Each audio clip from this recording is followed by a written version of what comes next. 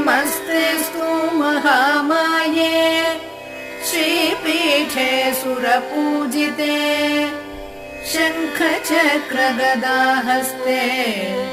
महालक्ष्मी नमोऽस्तुते।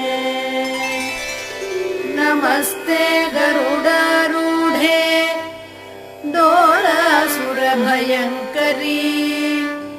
सर्वपापहरे देवी महालक्ष्मी नमोऽस्तुते।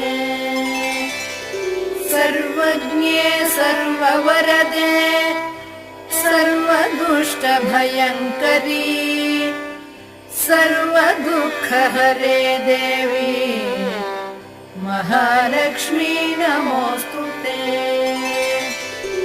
सिद्धिबुद्धिप्रदे देवी भुक्ति